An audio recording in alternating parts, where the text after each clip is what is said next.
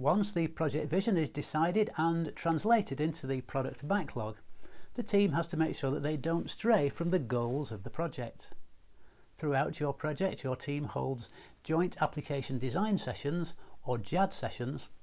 These are open to the stakeholders so they can help the development team clarify the specifications of the product.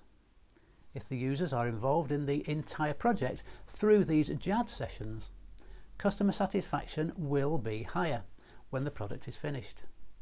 As each sprint is completed, a sprint review meeting is held. Your team also executes SWOT analysis, where SWOT stands for strengths, weaknesses, opportunities and threats, which helps them foresee things that may potentially derail the project or create obstacles. The team identifies the strengths or the advantages the company has over their competitors. They identify the weaknesses, which are the areas that need improvement. They identify the opportunities, or the trends and market gaps the company can take advantage of.